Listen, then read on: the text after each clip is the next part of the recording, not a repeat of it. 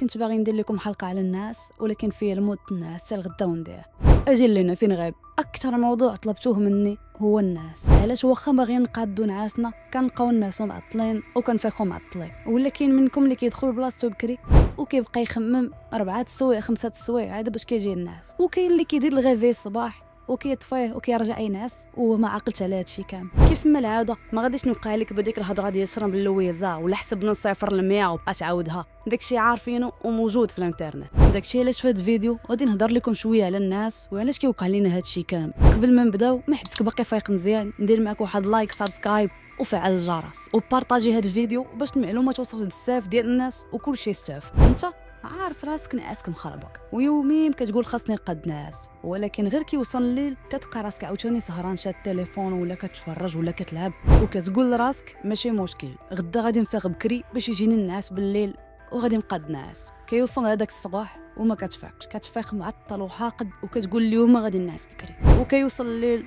وما كتنعسش وكتبقى تعاود نفس الحاجه. باش نفهموا هذه القضيه هذه مزيان ما غاديش نقولوا باللي ما كيجيكش النعاس، ولكن انت وطريقه التفكير ديالك هي المسؤوله على هادشي. غادي نبسط لك باش تفهمني. واش ما عمرك سولتي راسك علاش فاش كنكون غادي نفيق الصباح باش نمشي للخدمه ولا نمشي للقرايه كنفيق غير بزز، ولكن الا فقت حيت عندي شي سفر ولا شي ماتش ديال الكره كنفيق قبل ما يصوني التليفون. من هادشي غادي نفهموا باللي الدماغ وطريقه التفكير ديالك هي اللي كتحكم في النعاس ديالك. يعني راه لوجيك الا مشيتي لبلاصتك تنعس وانت ما حاملش غدا وشنو غادي يوقع فيه، راه دماغك غادي يدير المستحيل باش يخليك فايق هذيك الساعه وتربح هذوك السوايع ويعطل عليك غدا هذاك غدا اللي انت اصلا ما حاملوش. وهادشي سبب التشاؤم من المجهول، ماشي غير عندك انت ولكن عندنا كاملين وكبرنا به. ديما خايفين من اشنو غادي يوقع غدا وشنو غادي يوقع السيمانه الجايه، والنظره اللي عندنا للمستقبل دائما سوداويه. هادشي علاش الحاجه الاولى اللي غادي نطلب منك دير هو تفورمابي التفكير ديالك، خرج من هذيك الدوامه ديال القرايه فرض الخدمه 8 6 وخذ الحياه بحال واحد اللعبه. فاش تدخل لبلاصتك في الليل تنعس خاصك تكون متحمس لغدا شنو غادي يوقع، وهذاك الشيء كامل اللي غادي يوقع لك لغد ليه خاصك تاخذ تحديات بحال لعب شي جو. بالعكس خاصك تكون فرحان الا وقعوا لك شي مشاكل في نهارك وبديتي كتقلب لهم على الحل ديالهم. هذيك هي الحلاوه ديال الحياه. تخيل مثلا خرجت واحد اللعبه اللي شريتيها انت ب1000 درهم وانستاليتيها في بيس، وفاش بغيتي تلعبها لقيتي داك البيرسوناج كيبقى غير غادي نيشان في واحد الطريق حتى كتوصل للنهايه وكيقولوا لك برافو ربحت. اللعبه غادي تحس بها ممله وغادي تحس براسك تصيدت. اما الا كانت هذيك اللعبه فيها لي ميسيون صعاب وكل مره كتخسر في ميسيون كتعاودها، اولا غادي تاخذ منك واحد المده طويله باش تساليها، وثانيا غادي تستمتع بهذيك اللعبه. وفاش غادي تساليها وتحدها غادي تفهم باللي الحلاوه ديالها كانت في هذوك الصعاب ولا ميسيون اللي دوزتي فيها. اما فاش ساليتيها راه ما بقاش عندي حتى شي قيمه في حياتك وحياتي وحياتنا كاملين دايرين بحال هكا. يعني الا خليتي راسك تبقى عايش في هذاك الملل ديال ما كدير والو كتاكل وتلعب وتنعس، عرف باللي حياتك ما عندها حتى شي قيمه. اما الا كانوا عندك دائما التحديات والمشاكل في حياتك فعرف راسك راك غادي على الطريق الصحيح. وخلينا من ديك الهضره ديال صحاب الفلوس وصحاب المشاريع هما اللي ما كيجيهمش النعاس وهما اللي مساكن دائما كينعسوا غير بالدوايات. الدراسات قالوا العكس ديال هادشي تماما، كانوا درسوا النوم ديال مجموعه ديال الناس اللي لاباس عليهم وعندهم عران ديال المشاريع في نفس الوقت اللي درسوا مجموعه ديال الناس اللي فاشله وما كدير حتى حاجه في حياتها. لقاو باللي الناس اللي ناجحه كتحط راسها فوق الفراش 5 دقائق ما كاملاش كيديها النعاس، اما الناس اللي ما دايره والو في حياتها تقدر تبقى في الفراش حتى ل5 السوايع يلا يجيها الناس. وهادشي راجع لطريقه التفكير ديالو. هذاك السيد اللي ناجح وعنده ما يدار مخبط الغد ليه اشنو غادي يدير وعارف راسو خصو ينعس دابا باش غدا يكون في كامل الحيويه والنشاط ويقدر يدير دوك المهام اللي تابعين. اما هذاك الشخص اللي فاشل اصلا ما عارفش شنو غادي يدير غدا، وفين ما كيجي ناس كيتعاودوا ليه فراسو نفس الافكار السلبيه، يا اما كيبقى يلون فراسو يا اما كيفكر في المستقبل. كتوقع دائما كيفكر ولكن ما عمره ما كيبيع. يعني كيكون راس مالو غير هضره خاويه. هضرت لك دابا على واحد النقط اللي غادي تكون تقريبا 90% هي اللي كتخليك بلا ناس.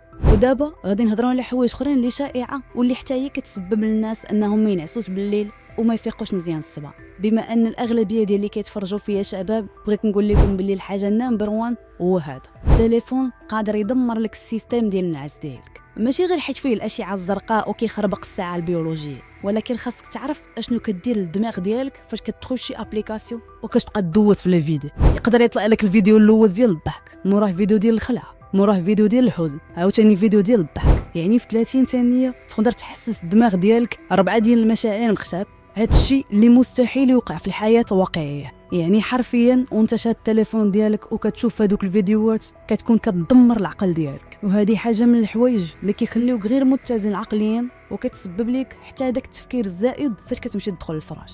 حاجه اخرى هي الطريقه اللي كدوي بها انت لاغلاصك. الدماغ ديالنا راه هو خد التطور الكبير ديالو، راه كيبقى واحد الدماغ اللي محدود. فاش كنقول محدود كنقصد بها باللي كيامن غير بالهضره اللي انت كتقول له. حاول تبدا تكذب، يعني بلاصه ما تبقى تقول انا ما كنقدرش نعس بكري، ما كنقدرش نفيق بكري، حاول تبدل هاد الهضره هذه مع راسك وقول انا غادي نعس اليوم بكري وغدا غادي نفيق بكري.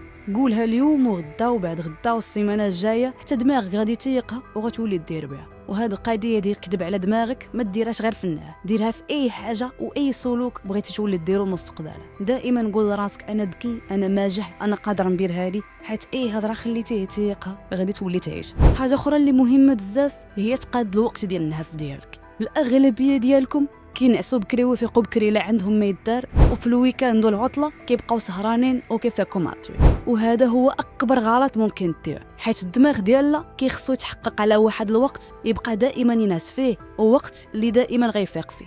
يعني غادي تعزز الساعه اللي غتنعس فيها والساعه اللي غتفيق فيها، وغادي تنضبط عليهم واخا يكون عندك ما يدار ولا ما يكون عندك ما يدار. حيت ما غادي تولف هذا الريتم غتلقى راسك فين موصل عليك داك الوقت ديال الناس غتدخل للفراش غادي تنعس، والوقت اللي ولفت تفيق فيه الصباح غادي تولي تفيق فيه ناشط بلا ما تحتاج تغيفي. ما تنساش بدوام عليك البيت فين كتنعس مزيان، ومجرد ما تفيق الصباح تحل الشرج. الماء هو واحد من العناصر الاساسيه اللي كيفيدوا من جوده منهم، ماشي حتى تبغي تنعس عاد باش تبدا تشرب فيه. خلي حداك واحد القريعه ديال الماء وعلى طول النهار فيه الماء الدور شرب شويه، حيت الا كان الجسم ديالك يدغطي مزيان غادي تقدر توصل لاحسن جوده ديال النعاس. عطيتك النصائح كامله اللي خلاتني انا شخصيا نولي نعس بكري ونفيق بكري بلا ما ندير حتى شي مجهود. ولكن راه حتى شي حاجه من هاد النصائح ديالي ما غادا تصدق معاك الا ما كنتيش انت صادق مع راسك وبصح باغي التغيير. راه تقدر تفرج في الاف الفيديوهات على الناس، ولكن الا كنتي انت ما مقتنعش وما مستعدش تبدل حياتك الاحسن، اعرف راسك بلي واخا تفرج في مليون فيديو اخر ما غاديش تبدل الحياه.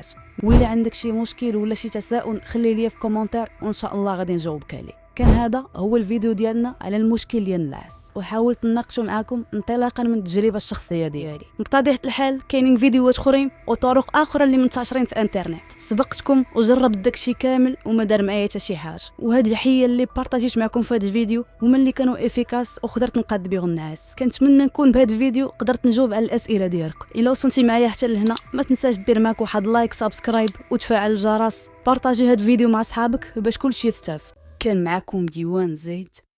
تغلو.